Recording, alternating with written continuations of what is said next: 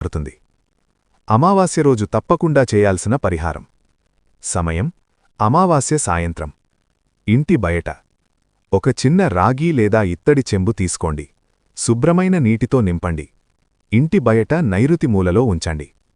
ఈ నీరు ఇంట్లో ఉన్న స్త్రీల పుట్టింటి పూర్వీకుల కోసం.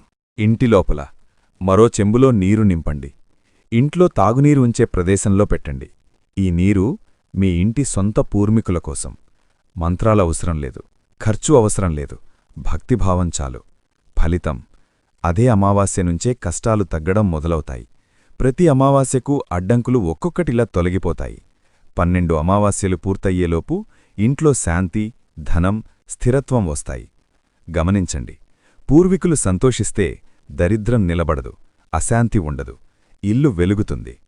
ఒక్క రాగిచెంబు నీరు, కాని ఆ ఆశీర్వాదం జీవితాన్ని మారుస్తుంది.